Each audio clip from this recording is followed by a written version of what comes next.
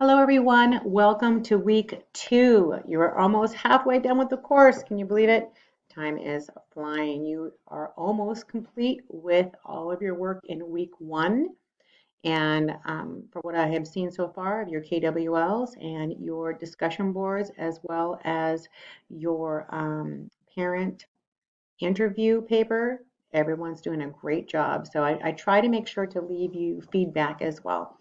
So what I would like to do right now is go over module 2. And again, you just click on this side button that says modules. You will go down to module 2 for this week.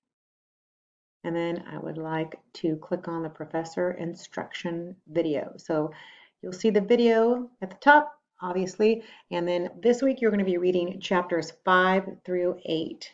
And when you are reading the chapters, I have written down here what you will know. So what you're really looking for when you're doing your reading is make sure you'll be able to answer these questions while you're doing your reading. So I would go ahead and make sure to have these questions available while you're reading, because you will know if you're reading the whole chapter, you're going to know all this information from each chapter. For instance, chapter 5, what part of an infant grows most in the first 2 years? Are babies essentially blind and deaf at birth? And what happens if a baby does not get his or her vaccinations? And why is science especially crucial for understanding how people develop? So these are all things you're going to look for while you're reading chapter 5. Chapter 6, you'll be looking for why did Piaget compare 1-year-olds to scientists? And he coined the term little scientists. What factors influence whether infants remember what happened to them before they can talk? And when and how do infants learn to talk? Really important. That is all things you're going to be looking for in chapter 6. In chapter 7, you will discover, does a difficult newborn become a difficult child? And what do babies do to indicate how responsive their parents are? And do infants benefit or suffer when cared for by someone other than their mother? Okay. And lastly, chapter 8, you will be looking for, do young children eat too much or too little or the right amount? If children never climb trees or splash in water, do they suffer? Why is injury control more needed than accident prevention? And what is worse, neglect or abuse? So that is all things you want to make sure you're looking for when you're reading chapter 8. This week, in week 2, we'll be addressing all 3 of our SLOs, which is student learning objectives. So you'll be touching on all 3 of them. And then to be successful in this module, you're going to want to make sure to read chapter 5 through 8. You want to complete the quizzes by Saturday, January 16th at 11:59. There are 4 quizzes and there are 10 points each. I'm going to make sure to complete them. And there was an issue with, and I apologize, with the connection between Canvas and Launchpad last week, but it is fixed. So you should be able to click on the each individual quiz and it will link you right over to Launchpad so you can take the quiz. And I also, starting in module 2 going forward, I'm allowing you to take the quiz twice. The computer will automatically save your highest score. So that's something I changed as well. I want to make sure you're aware of that. And then your discussion board is physical development. And I want to make sure you understand, because some people did not do this correctly last week, and that is your original thread, which is answering my questions posed, is due by Wednesday the 13th at 11:59, and it must be 100 words or more. Again, that is your original thread. Then by Friday, you want 2 peer posts, and that's Friday the 16th. Those responses to your peers must be 50 words or more in length. Why it's so important for you to get your original thread in by Wednesday is so all your peers will have something to read and be able to respond to by Friday. If you're not doing it until Friday, if you're not doing your original post until Friday, how is anybody going to have anything to review, right? So that's why it's very important for you to get that thread in by Wednesday, your original. So for the topic, it's physical development. And I want you to answer these 2 questions. So you're going to discuss here what you've learned about infant senses and how they develop and change in the first year of life. These are also physical changes. You want to include that as well. So also then, what is the difference between gross, which is those large motor development, and fine, which is a small muscle motor development? So can you describe three types of activities that can be done to enhance large motor and then three for fine motor development for infants? So you'll have three for large and you'll have three for fine. Okay. And you're going to describe how it enhances physical development. For example, clapping is a large motor skill. It will strengthen your arm muscles and it challenges several senses. For instance, hearing and eyes, like blinking at the sound. But what else can you think of that infants do during the first 2 years? How about sucking on a bottle? Or would that be a physical motor skill? Again, don't use my ideas that I have given you. I just want to give you an example. You want to come up with your own.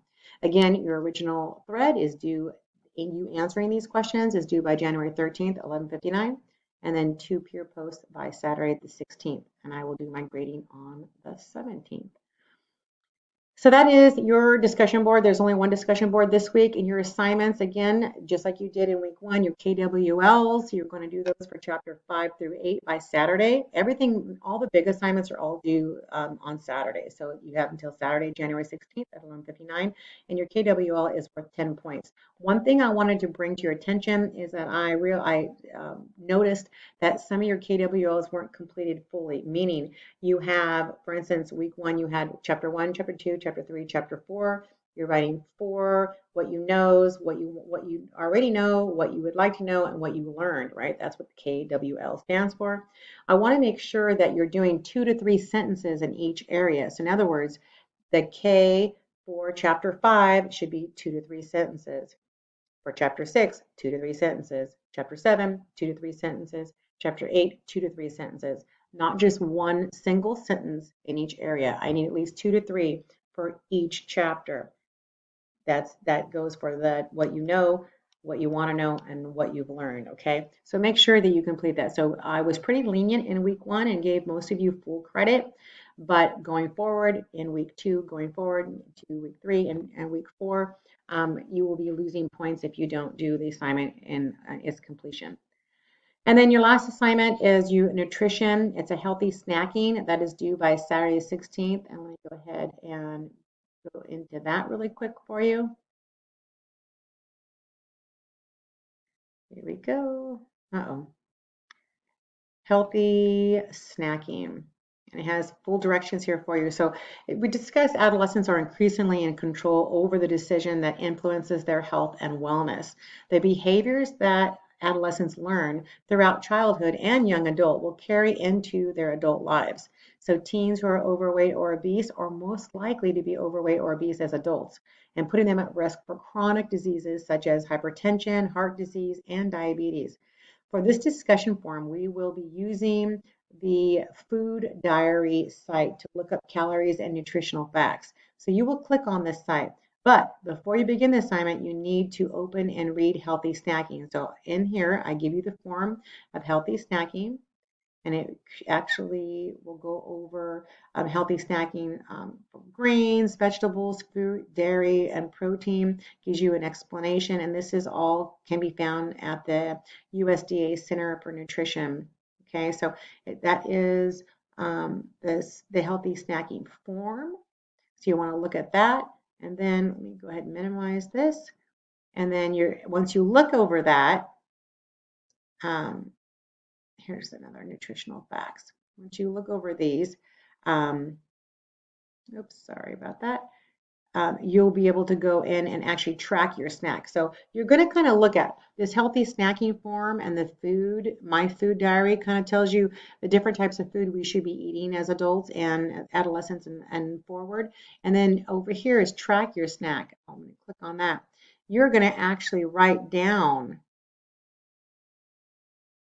what your favorite snack is and what you typically eat and what other food groups that you're eating on a daily basis. So you're going to kind of find out some information about yourself, of how you're eating. Was another snack you like to eat and so forth. So you're going to complete this, and it actually tells you. You'll be looking at a food on advertisement, like nutrition content, and all of this is provided for you so you can see how much your portions are and how many calories there are and so forth. And then again, why is snacking important, healthy snacking important, And you're going to identify a barrier that prevents you from making healthy snack choices and how you can overcome this barrier. I know for me, answering this question is time. I never have enough time, and I always think, I used to think, I really try not to so much anymore, but I used to think drive through, just running through drive through. It's quick. I'm going from one job to the next. I can just grab something real quick, eat it, and then go. And it's not. So that is a barrier is time for me, and how I can overcome that is to make time to meal prep, like on Sunday evenings, meal prep for the week, or at least for a couple of days. That is my little um, tidbit to share with you. And then it will tell you the food site and so forth. So it tells you answer the questions and then attach it, and then will all be in this whole assignment is worth 25 points.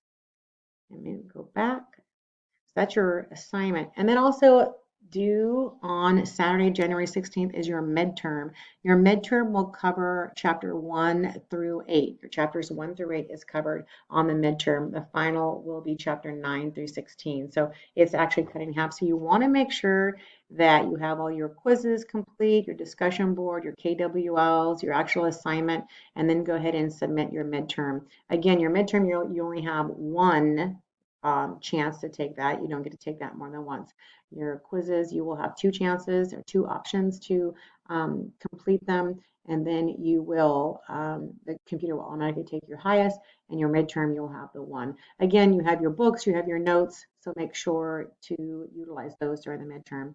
And make sure you look over the videos that I provide for you, the chapters, because there might be a couple of questions on that midterm that the information will be found within those videos that I provide for you. That is it for the week. I know it's a very fast-paced week. If you have any questions, please feel free to email me. If not, I wish you all success, and I will talk to you real soon. Have a great week.